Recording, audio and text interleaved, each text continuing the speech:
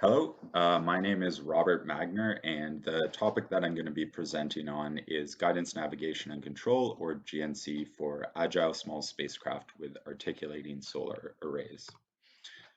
So, some motivation or background on the problem that I'm going to be discussing. So, current and upcoming smallsat missions are seeking to use increasingly high-powered payloads with increasingly high duty cycles. So you can think of many of the current and proposed global constellations of imaging satellites that are trying to achieve very high revisit times, or RF communication satellites that are trying to enable global connectivity through high duty cycles of their RF payloads. So previously, simple spacecraft designs used in the small sat industry often consisted of a single rigid body. So this could be a single body like the one that I've shown at the bottom right, or perhaps something with some deployables, but those deployables are rigidly fixed to the body once deployed. Um, and what this means is that you have your payload, which points along some axis and that you're trying to point at targets on the ground. And then simultaneously, power generation is coming from your cells that are mounted to the same rigid body. And thus, while you're doing your target tracking maneuver, the power generation is varying because the angles of these surfaces are varying to the sun. And in general, it's suboptimal. So often for this sort of mission, you have to schedule downtimes in your payload operations where you're turning off the payload and you're pointing your maximum solar cell area towards the sun to maximize power generation for a little bit. So the approach instead of this to enable these more high-powered, more demanding missions is to move the solar cells, the power generating surfaces, onto appendages that we can actually move with respect to the main body. And so what this means then with the payload and the solar arrays in this sort of partially decoupled architecture, we can have the dual objectives of payload target tracking and array sun tracking being optimized simultaneously or concurrently. So in order to analyze this in the paper in this presentation, we conceive a sample mission which is built on SFL's Defiant bus and uses two articulating appendages as shown in this graphic on the right. So to start off with looking at the multi-body dynamics, the simplest way to come at this is using the operational space dynamics, or in other words, the Cartesian space dynamics of each individual body. So for an n-body system, like the three-body system on the previous slide, each body I can be modeled with its Newton-Euler equations given here, which model, of course, the rotational and the translational components of the dynamics. This gives a total of 6 n equations for that n-body system. However, we note that in general, the systems that we're concerned with here are joined by joints. So that three-body system was joined with the two appendages being joined through revolute joints. And thus, in general, our degrees of freedom m is less than 6n due to these couplings. We also note that for modeling and simulation, we're aiming to specifically solve the forward dynamics, which means that we're looking to solve at each time step an acceleration based on an input torque and force, and integrating the dynamics that way. And with the Newton-Euler formulation as is, we can't directly solve this forward dynamics problem, and that's because the constraint forces and torques are inherently unknown here. So basically, if you have two bodies connected, you're trying to figure out the forces acting on one. Well, part of those forces are the constraint forces from the next body, and the only way to solve those is from the inverse dynamics of that body, and so we can't simultaneously solve both the forward and inverse dynamics problems of all of these different bodies. So to solve this problem, what we do is use something called the natural orthogonal complement, and that both allows us to reduce our equations to match the number of degrees of freedom we actually have in our system, and in doing so, it eliminates these additional unknowns. So the NOC matrix N here provides a mapping between the operational space kinematics, so these velocities on the left side of the equality on the left side of the slide. It maps those over to joint space velocities, which are big theta dot, which represents the velocities of the actual degrees of freedom, which would be the 6 velocities of our base body, which we, by convention, say is the central body of the system. And then the other 2 velocities would be the velocities of the 2 revolute joints. Then using this NOC matrix and invoking it in the dynamics and performing some manipulations on that, we ultimately find the expression on the left, which is a second order ODE that, like the Newton-Euler equations themselves, provide for a single body, provides us with a way to solve our dynamics in a straightforward way using normal forward integration. This time we are solving the acceleration quantities which are in the joint space. So that was a bit about the dynamics. Now about the actual guidance, navigation, and control architecture that we're using to plan, estimate, and control this multi-body system. So in order to simplify our lives, we design our GNC architecture for this system by heavily relying on heritage elements from the existing attitude determination and control subsystem used on many past SFL spacecraft that had the single rigid body configuration that I discussed earlier. So in this block diagram, those kind of existing elements are shown using the solid lines and the solid lined blocks. So we can look at that loop where we have our attitude actuators, reaction wheels, and magnetorquers. Those apply torques on the spacecraft affecting its attitude. Then that attitude is observed by sensors like star tracker, rate sensor, etc. Those sensor measurements are then passed back into our attitude software, which performs its guidance, navigation, and control, and ultimately outputs actuator commands that are then given to the actuators, completing that loop. In parallel to that, we have the new loop where joint encoders are observing the articulation state.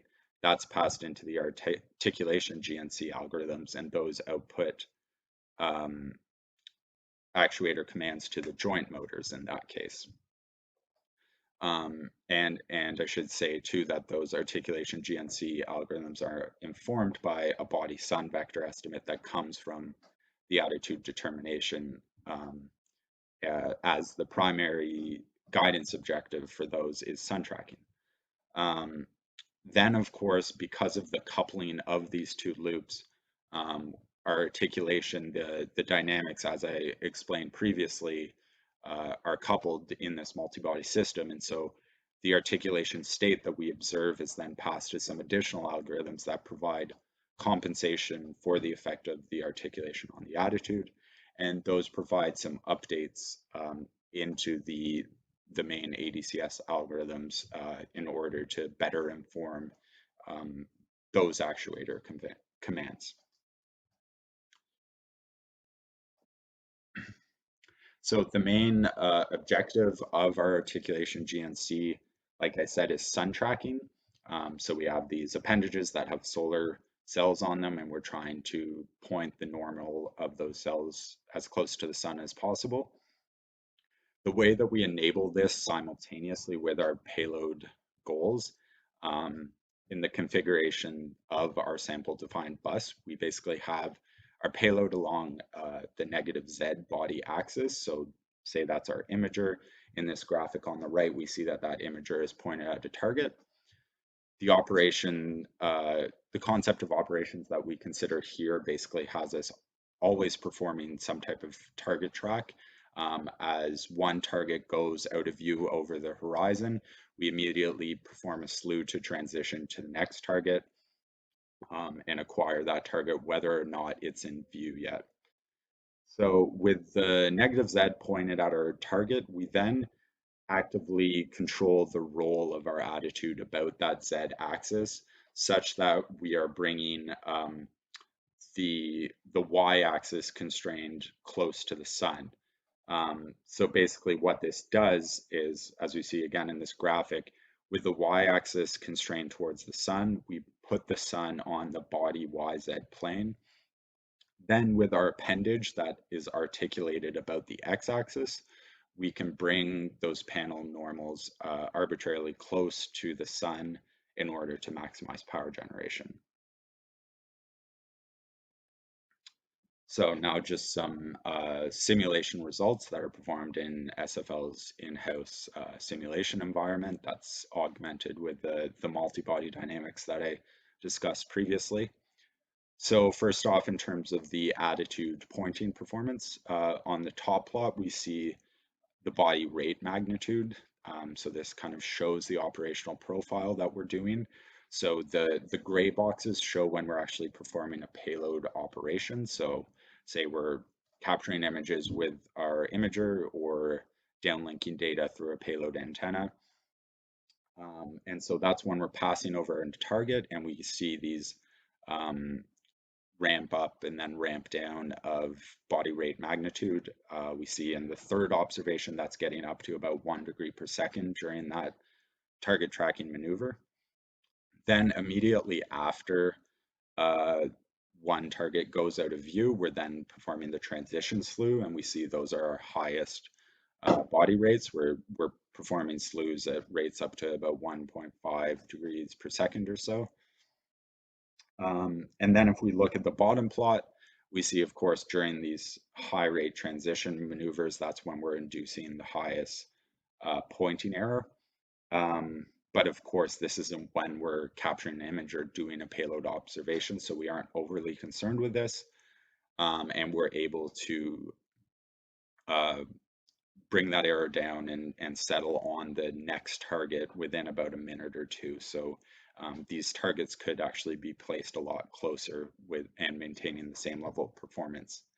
And the pointing error during the actual observations, we find over an entire day of simulation, it's about 0.62 degrees 2 sigma, which is in contrast to an error level of 0.552 sigma for an equivalent rigid body system.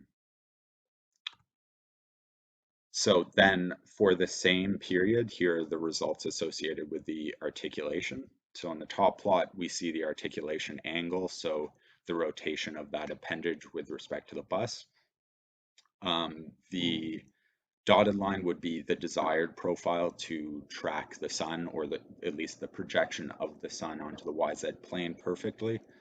Then the actual profile is shown with the solid gray line, and we see it tracks it quite well, just with a characteristic step profile because of this implemented stepper motor configuration that we have that's just actuating on discrete error thresholds.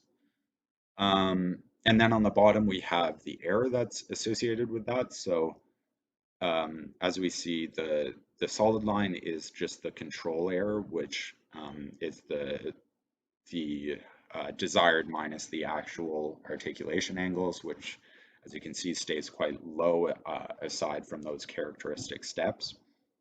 Then the dotted line here on the bottom is the actual angle from the array to the sun, which for the most part, while the sun is on the YZ plane, that is equivalent to the control error.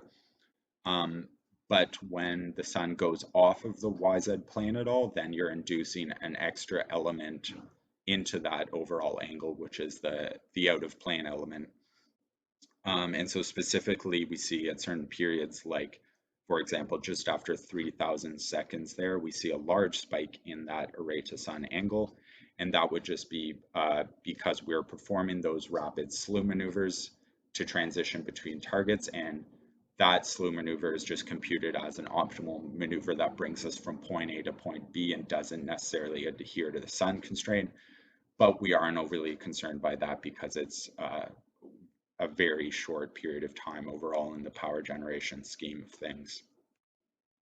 And then here are the power generation results. This is over an entire day instead of the smaller time periods of the previous slides. So the power generation coefficient, where 1 would be the power generated when the arrays are pointed directly at the sun. We see that in general this stays very near 1, occasionally dips down to about 0.8, and those would be those slew maneuvers where we're getting those out of plane angles. But then we look down at the associated battery depth of discharge. So we initialize the battery at 18%, and this is based on some assumed battery characteristics and an assumed high-powered payload that we're operating at all times. So as we can see, within about 2 orbits, we bring the battery depth of discharge down to 0. So that's a fully charging the battery. Then on each eclipse period in gray, of course, it's growing linearly as we're performing node generation in eclipse. But then consistently, once we get back into sunlight, we're able to fully charge our battery again because of our accurate array solar tracking.